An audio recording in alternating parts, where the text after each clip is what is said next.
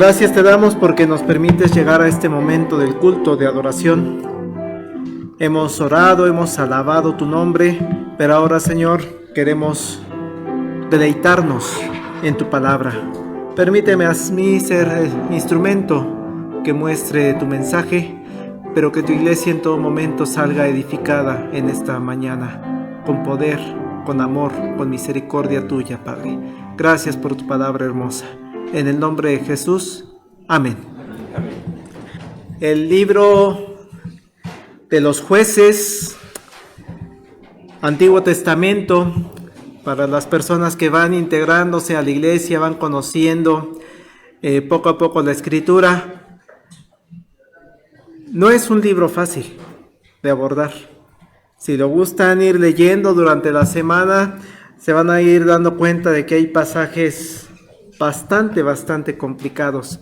Pero gracias a Dios, este mes, los 5 sermones de este mes buscarán platicar, analizar un poco lo que pasa en el libro de los Jueces, aún la complejidad de algunos de estos temas. Y la semana pasada concluimos las predicaciones basadas en el libro de Josué. Cuando empezamos a leer la Biblia, ustedes van a darse cuenta de que hay un mismo estilo más o menos de escritura. Uno puede leer Génesis, Éxodo, Levítico y Números, y los estudiosos dicen es más o menos los mismos autores, porque usan el mismo lenguaje, las mismas palabras, Génesis, Éxodo, Levítico, Números. Y una segunda parte es Deuteronomio, Josué, Jueces y Samuel. Pastor, se saltó Ruth. Es que Ruth se mete ahí porque es en la época de los jueces, pero el estilo es totalmente diferente. Pues yo les sugiero que si vamos a leer la Biblia, lo hagamos con ese enfoque. Leamos Génesis, Éxodo, Levítico, Números como una sola historia, una sola línea histórica, y después Deuteronomio, Josué, Jueces y Samuel, los 2 libros de Samuel. Ahora bien, Josué, lo veíamos la semana pasada, es el encargado de introducir al pueblo a la tierra prometida. Cuando leemos todo el libro de Josué, vemos que hay bastantes batallas, bastantes bendiciones de Dios a la hora de entrar a esa tierra prometida. Y veíamos la semana pasada cómo ya en la vejez de Josué están en paz. Hay algunas naciones, que eso nos va a servir el contexto de Jueces, que todavía quedaron por ahí inmersas, pero ya Josué terminó su trabajo. Y para entender el nuevo contexto en el libro de Jueces, vamos a ver qué dice Josué. Josué 24, verso 31. Y vamos a estar viendo entre Josué y luego nos pasamos a Jueces. Josué 24, capítulo 31. Vean cómo termina el pueblo con Josué. Dice el versículo: y sirvió Israel a Jehová todo el tiempo de Josué, y todo el tiempo de los ancianos que sobrevivieron a Josué, y que sabían todas las obras que Jehová había hecho por Israel. ¡Qué versículo tan hermoso! ¡Qué versículo de tanta paz!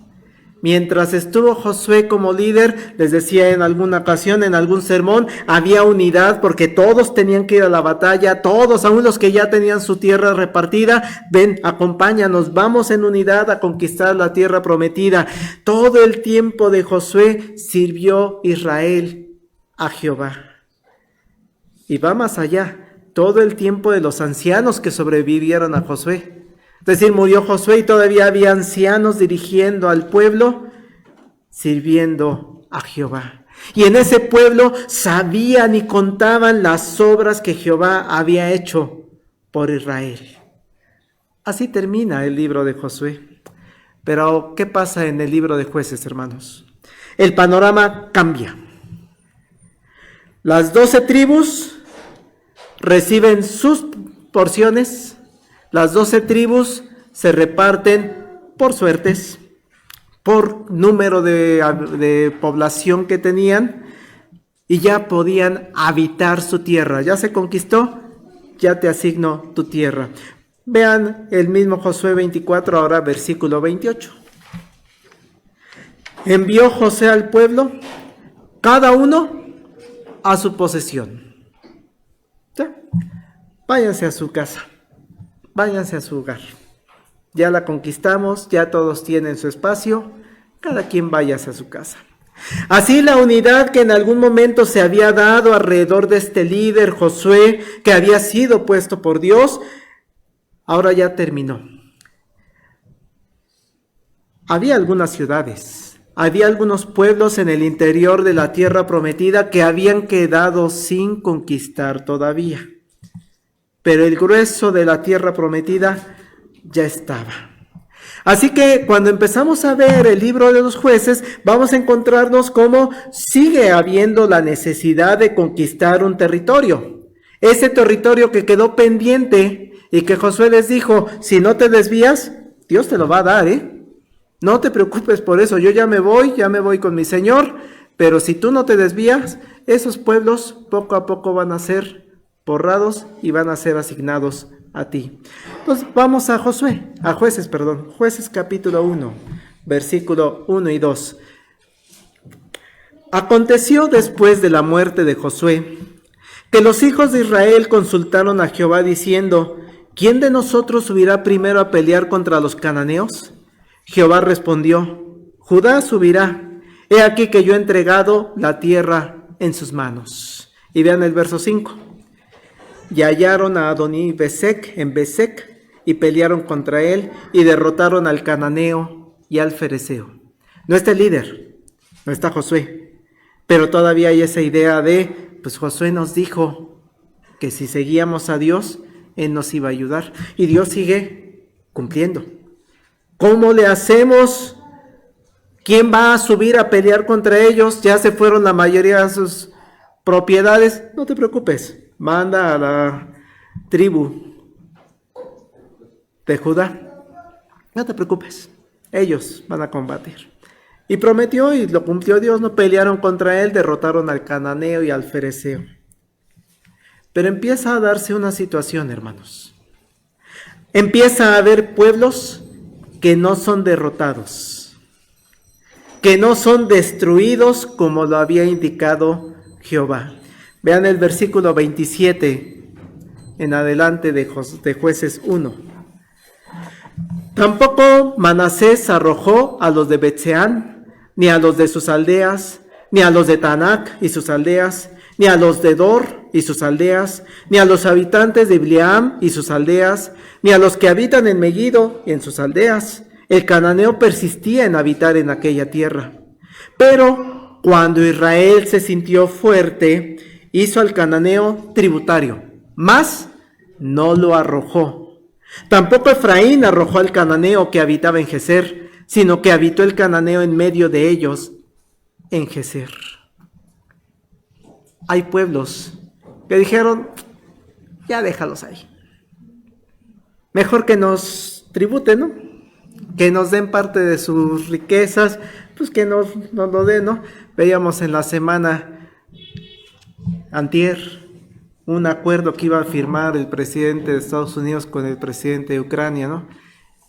Te quedo con todas tus tierras raras, todos tus minerales extraños, fírmale. Y se dio un enfrentamiento tremendo entre ellos dos en televisión pública, ¿no? Qué difícil es negociar esto. Ya no te saco. Oye, pero es cananeo, hay que sacarlos. Habíamos dicho de que todo eso se tiene que extinguir. No, déjalos. Que mejor me dé tributo. Ahí empieza a haber fallas. No los echan del territorio porque aparentemente conviene más pues que se queden, que me den poquito a poquito, a que los extermine totalmente. Así, hermanos, Jehová sabe que Israel empieza a fallar. Y el pueblo de Israel se va a empeñar en desviarse del camino de manera constante. El camino que Dios les había indicado, los mandatos que les había dicho, ya Israel empieza a tomarse esas variaciones. No, pues no lo sacamos, que se queden como tributarios. De hecho, el libro de Jueces, cuando lo leemos ya de manera completa, vamos a estar mostrando que esto es constante. Todo el libro de Jueces es una constante. ¿Qué pasa con el pueblo de Israel? ¿Qué pasa con las tribus? Se desvían del camino de Dios. Y entonces les empieza a ir mal. Y entonces lo que empiezan a hacer es a sentirse afligidos, angustiados, sin el apoyo de Dios. Acuden a Dios. Jehová los escucha. Levanta un líder, al cual se le va a conocer como juez, por eso se llama Jueces. Ese juez les va a dar paz, tranquilidad, pero el pueblo se va a volver a desviar. Va a ser oprimido, van a sufrir, van a acudir a Dios, me está yendo mal. Dios los va a escuchar, va a levantar un juez, les va a dar paz, van a estar tranquilos, pero se van a volver a desviar. Es una constante, hermanos, un círculo constante que vamos a ver en el libro de los Jueces. Y esas son decisiones que va tomando el pueblo de manera constante, el pueblo de Israel. Vean el capítulo 2, por favor, versículos 11 al 12, donde se ve parte de este círculo vicioso. Después, los hijos de Israel hicieron lo malo ante los ojos de Jehová y sirvieron a los Baales. Dejaron a Jehová, el Dios de sus padres, que los había sacado de la tierra de Egipto, y se fueron tras otros dioses, los dioses de los pueblos que estaban en sus alrededores, a los cuales adoraron. Y vean lo que se generó, hermanos. Provocaron a ira a Jehová. ¿Qué decisión tan errónea toma el pueblo? Jehová les había dicho en sus mandamientos que ellos tenían que ser diferentes a todos los demás pueblos. Por eso es que Dios les había dicho, vas a eliminar a todos los habitantes de las otras ciudades, porque ellos adoran a otros dioses y tú eres un pueblo santo, apartados. Pero cuando los israelitas, las tribus dicen, vamos a dejarlos vivir en medio de nosotros, total nos conviene, mejor que nos paguen tributo, queriendo ser tolerantes, diríamos en términos contemporáneos, queriendo ser buena onda con esos pueblos. Ay, ¿cómo los voy a exterminar? Ay, no hay que ser tan gandallas, tan mala onda, ¿no? Lo que estaba pasando es que están desobedeciendo a Jehová. El enemigo, Satanás y sus demonios, esa es primera enseñanza, hermanos, va a buscar cualquier resquicio para irse metiendo y separando al pueblo del camino de Dios. Hasta esas buena onda, hasta esa tolerancia, las utiliza el enemigo para separar al pueblo del camino de Dios. Así que primera enseñanza, hermanos, en esta mañana. Tengan cuidado, tengamos cuidado de no dejar ningún resquicio para que entre el enemigo a atacarnos. Si Dios, hermanos, si Dios nos ha dado mandamientos, no es porque se les ocurrió en algún momento. Recuerdo cuando entraba a dar clases en la secundaria, y el primer día nos ponían a leer el reglamento a los alumnos. Y sí les decía, no, muchachos, no me desperté hoy pensando, les voy a poner esta regla para molestarlos. Nada más para hacerlos enojar. No, las reglas tenían un motivo, una razón. Si Dios nos ha dado mandamientos, es por una razón. Si Dios nos ha dado mandamientos, es porque los debemos obedecer. Y porque no hay posibilidad, no debería haber la posibilidad de desobedecerlos. Dios le dijo a su pueblo, Dios le dice a su iglesia, no tengas dioses ajenos delante de mí. Somos un pueblo diferente, somos un pueblo santo, somos un pueblo apartado. No tengas dioses ajenos delante de mí, no hagas imágenes, no te inclines ante ellos, no los adores. Esto es muy claro, muy categórico en los mandatos de Dios. No debemos dejar ningún resquicio. Ay, total, ¿qué tiene de malo? ¿Qué tiene? No, hermanos, no tengas dioses ajenos. Así de sencillo. No hagas imágenes. Así de sencillo. Dios le había dicho a su pueblo: no tomes a la ligera el nombre de Dios. ¡Ay, Dios santo! Cuidado. No tomes a la ligera. Si lo estás diciendo en el sentido de que me estoy apoyando en Dios, pero usamos mucho esas frases. De repente escucho personas cuyo testimonio me hacen ver que no, o sea, no creo que crean en Dios. Muchos del medio artístico, en entrevistas, es que le digo a Diosito. ¿Sí? No uses el nombre de Dios a la ligera, porque el nombre de Dios es santo.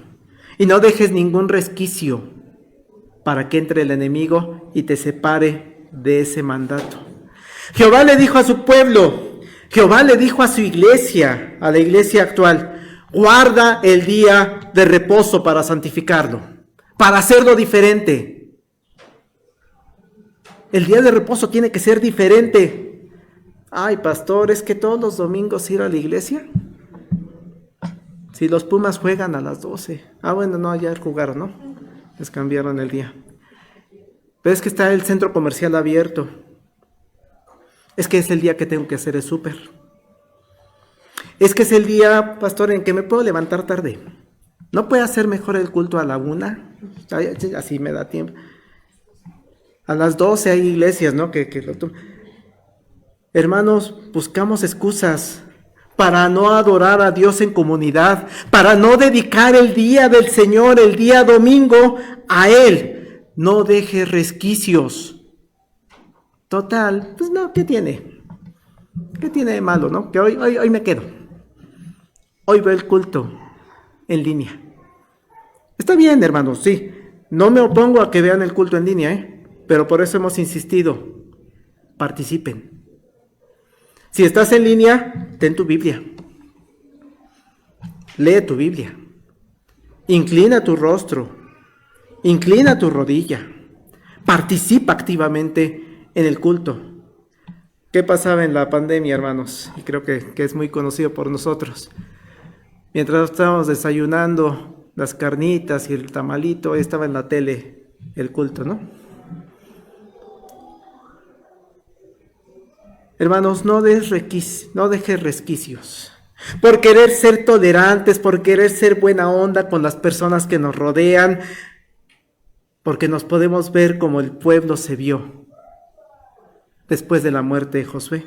Versículos 11 y 12 nuevamente. Después los hijos de Israel hicieron lo malo ante los ojos de Jehová. Sirvieron a los Baales. ¿Pero por qué si iban bien? Vean en lo que están cayendo.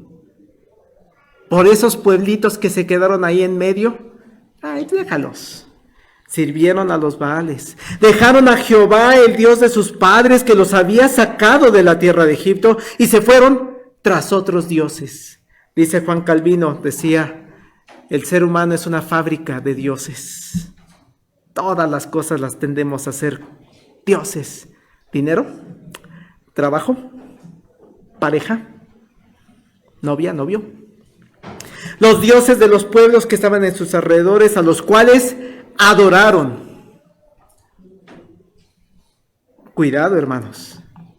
¿Qué cosa toma prioridad en tu vida? Y provocaron a ira a Jehová. No dejes resquicios. Primera enseñanza. Sigue los mandatos de Dios tal cual los ha establecido. Una segunda enseñanza. La mala decisión que toman las tribus, que toma el pueblo de Israel de desviarse de los caminos de Jehová, les trajo serias consecuencias. Serias consecuencias a las 12 tribus. Vean el versículo 14 y 15, por favor. Y se encendió contra Israel el furor de Jehová, el cual los entregó en manos de robadores que los despojaron. y los vendió en mano de sus enemigos de alrededor. No pudieron ya hacer frente a sus enemigos. Por donde quiera que salían, la mano de Jehová estaba contra ellos para mal, como Jehová había dicho, y como Jehová se los había jurado, y tuvieron gran aflicción. Hermanos, la semana pasada hacía la pregunta, ¿no? Les comentaba que de repente le preguntan al pastor, ¿por qué me va mal en esta vida? Hermanos, la respuesta es clara. La historia del pueblo de Israel en el libro de los jueces es un espejo en el cual podemos ver muchos de nosotros nuestra vida. Hermanos, sabemos que tenemos un Dios celoso. Un Dios que no quiere que nos desviemos de su camino, por lo que si lo hacemos y nos desviamos de su camino, lo dice la Escritura, lo que acabamos de leer, se enciende su furor. He insistido mucho en que sí, nos gusta hablar del Dios amoroso, apapachador, misericordioso. Apenas veía un video, un TikTok, ¿no? Donde decían, es que Dios no puede ser malo, es todo bondad. Sí, Dios es todo bondad, pero dentro de esa bondad es justo. Así que es necesario hablar que Dios tiene furor. El escritor de Hebreos, ¿cómo me impacta esa frase que dice, hermanos? Dice Hebreos, horrenda cosa es caer en manos del Dios vivo. Horrenda cosa. Sí, hermanos. Cuando hablamos del temor a Jehová, muchas de las veces en las predicaciones tratamos de bajarle esa ansiedad que nos puede generar, hablar del temor de Jehová. Suavizamos el concepto de temor y le decimos, es que temor de Jehová es como respeto. Y es correcto. Pero en realidad, la palabra temor sí tiene esa connotación. Claro que le debes tener temor al soberano. Horrenda cosa es caer en las manos del Dios vivo. Qué tremendo es caer en el furor de Jehová. El pueblo, las tribus, lo experimentaron. El furor de Jehová no es que bajó y les cortó la cabeza a todos. Córtenle la cabeza, ¿no? Como en Alicia en el País de las Maravillas. No. El furor de Jehová, ¿cómo lo reflejó? Regresando al pasaje de los jueces, lo reflejó como, yo les dije, si te desvías, yo ya no te puedo ayudar. Ya no te voy a dar las victorias. Y vas a sufrir las consecuencias de tus propios actos. Por eso impactante, hermanos, Jueces 2, 14 y 15, ¿no? Se encendió contra Israel el furor de Jehová, el cual les cortó las cabezas, no. El cual los destruyó, no, hermanos. ¿Qué hizo? Los entregó en manos de robadores que los despojaron. Eso es lo que hace el furor de Jehová. Simplemente, ¿no me obedeciste? Pues me hago a un lado. Nomás te veo. Ahí te veo cómo estás. Hasta que vienes, te arrepientes, sientes aflicción, el circuito que les presentaba.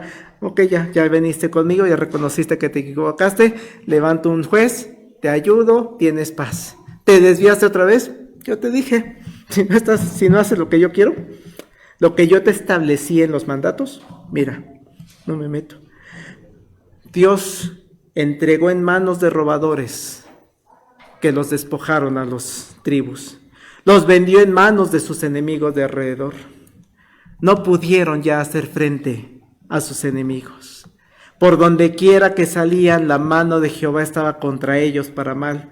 Como Jehová había dicho. Dice el dicho popular sobre advertencia.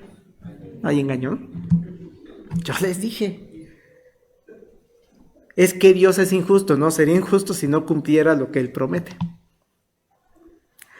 Dios les había dado victorias, Pero ahora que el pueblo tomó la decisión de alejarse de los caminos de Dios, entonces lo que pasa es, pues vienen ladrones, se llevan tus propiedades, te va mal.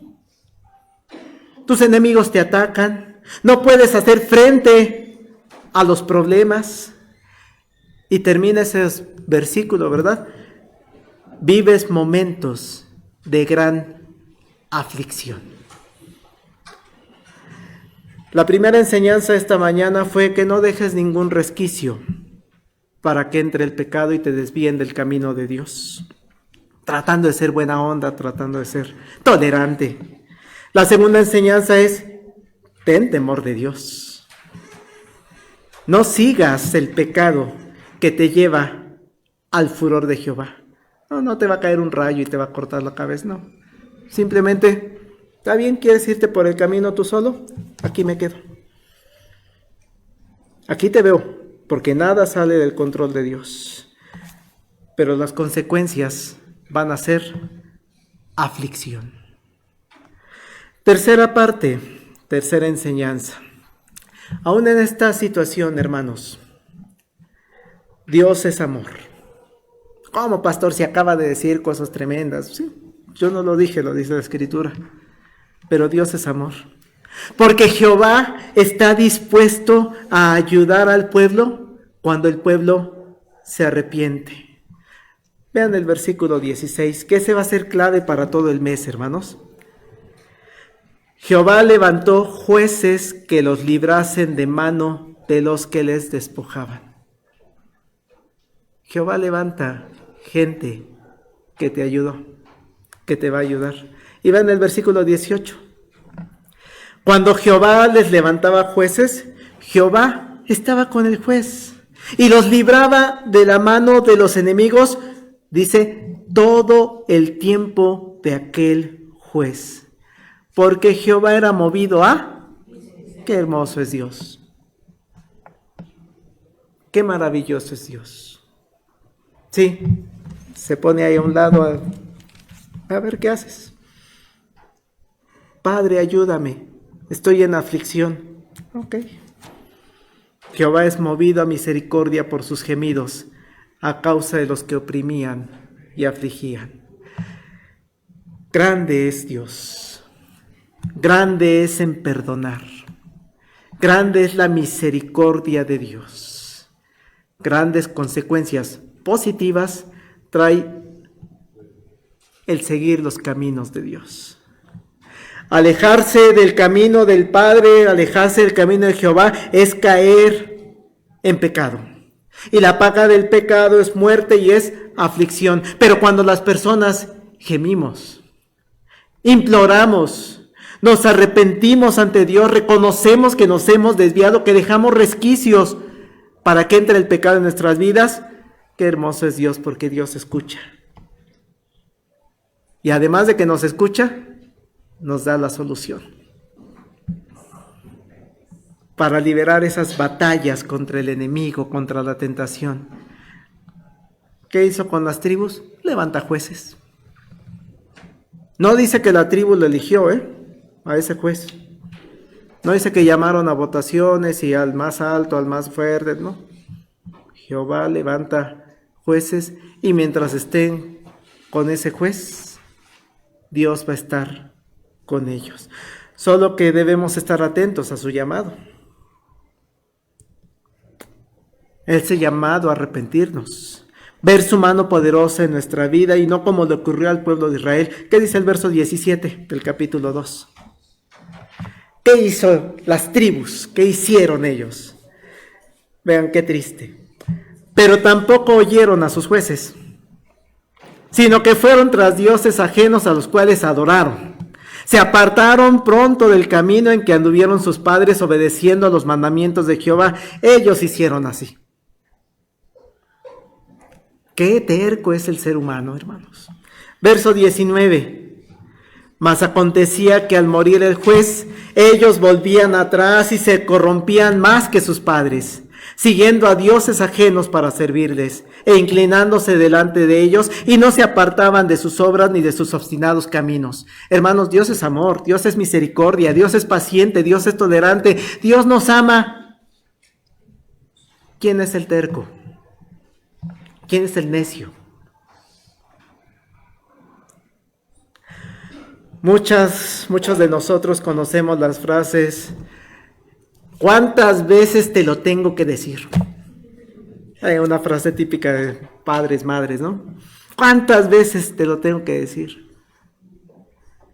En la historia del pueblo de Israel, en el libro de los jueces, lo vuelvo a mencionar. ¿Cuántas veces te tienen que decir a las tribus: no te desvíes del camino? Y ahí van otra vez. Caen.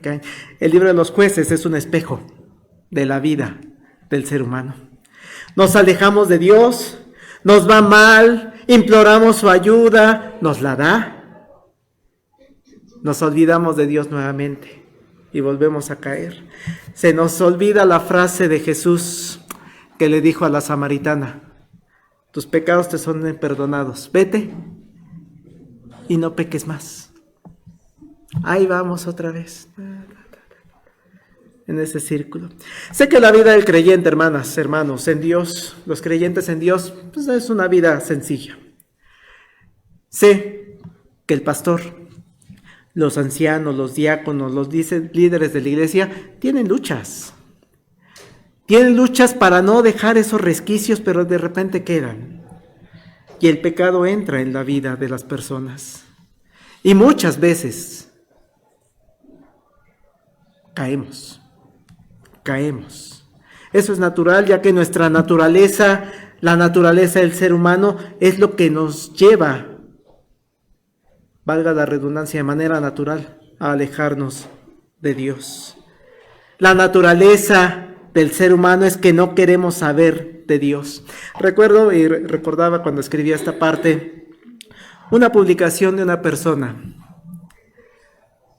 persona exalumna de hace muchos años, que tiene a su hija, no sé bien.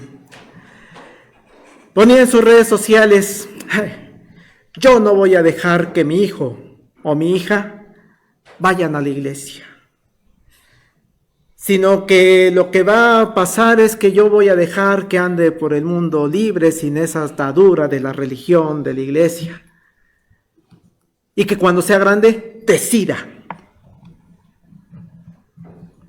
No lo escribí porque no tengo el nivel de confianza con esa persona, pero si hubiera podido escribirle, le hubiera dicho: ya sé qué va a decidir tu hijo, ya sé qué va a decidir tu hija. Va a decidir vivir alejada de Dios.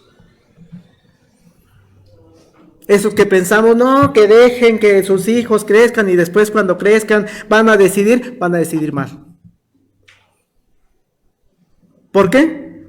Porque esa es la doctrina que nosotros en el presbiterianismo llamamos depravación total del hombre. Porque en la naturaleza del ser humano no está el buscar a Dios. No quiere y no puede buscar a Dios. Y entonces si lo dejamos a la libre, ¿hacia dónde se va a ir? Pues hacia lo malo. Por eso la importancia, hermanos, de que desde pequeños instruyamos al niño. Le enseñemos el camino de Dios. Por eso no es de extrañar lo que le pasó al pueblo de Israel en el libro de los jueces. Versos 19, que ya lo vimos. Acontecía que al morir el juez ellos volvían atrás, se corrompían más que sus padres, siguiendo a dioses ajenos para servirles, inclinándose delante de ellos, y no se apartaban de sus obras ni de su obstinado camino. Así que la tercera enseñanza, hermanos. La primera fue: no dejes resquicios para que entre el pecado. La segunda: ten temor de Dios y reconoce que Dios te puede ayudar a liberar la batalla contra el pecado.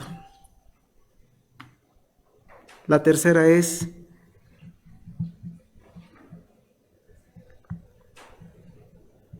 esas batallas, esas aflicciones, Dios te está esperando. Te va a dar todo. Solamente arrepiéntete y no peques más. Las naciones que quedaron en medio del pueblo de Israel también son muy significativas, hermanos. Podríamos decir, bueno, que Dios no pudo haberla sacado así. Terminando el problema, ¿no? Tapando el pozo se acaba el problema. No, hermanos, hay un motivo por el cual se quedaron esas naciones, que son las que contaminaban a las tribus, al pueblo de Israel, y hacían que adoraran a los Baales. Sí, vean el capítulo 2, versos 20 en adelante. Por cuanto este pueblo traspasa mi pacto que ordené a sus padres, y no obedece a mi voz, tampoco yo volveré más a arrojar de delante de ellos a ninguna de las naciones que dejó Josué cuando murió, para probar con ellas a Israel, si procurarían o no seguir el camino de Jehová, andando en él como lo siguieron sus padres. Por esto dejó Jehová a aquellas naciones sin arrojarlas de una vez, y no las entregó en manos de Josué. ¿Por qué se quedaron esas naciones, hermanas? Hermanos, lo dice ahí claramente, para probar con ellas a Israel. Cuarta y última enseñanza: prepárate para las pruebas. Sí, hay naciones, pero esas naciones se quedaron para probarte, para probar tu fe y tu fidelidad. Si pasas por esas pruebas que Dios te pone, es porque Dios lo está permitiendo, Quiere ver que tomas las mejores decisiones en tu vida. Quiere ver que has decidido tomar el camino de Dios, que has decidido andar en su camino como anduvieron los padres, como anduvieron el pueblo de Israel cuando estaban los jueces. Cuando pensaba, algunos de nosotros ya somos como cuarta generación de creyentes, ¿no? Deja esos pueblos, esos problemas, esas tentaciones para probarnos y ver si podemos seguir como siguieron nuestros padres, nuestros abuelos, nuestros bisabuelos, que creyeron en Cristo. Qué hermoso es. Por eso titulaba el mensaje, tomando malas decisiones. Eso hizo el pueblo, pero hay un porqué. ¿Por qué? Porque Dios te está probando. Fueron para probar con ellos a ti, a mí, para saber si obedecerías a los mandatos de Jehová que él había dado a sus padres por medio de Moisés.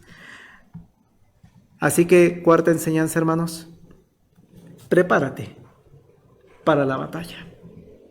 Prepárate para enfrentar a esas naciones. No te pido que los quites del mundo, sino que los guardes del mal. Concluyo, hermanos, con una serie de preguntas que no te pido que las respondas en este momento y menos en voz alta, sino que te lleves estas preguntas en tu mente y medites en ellas y hables con Dios en la intimidad de tu casa. ¿Cómo está tu obediencia a los mandatos de Dios?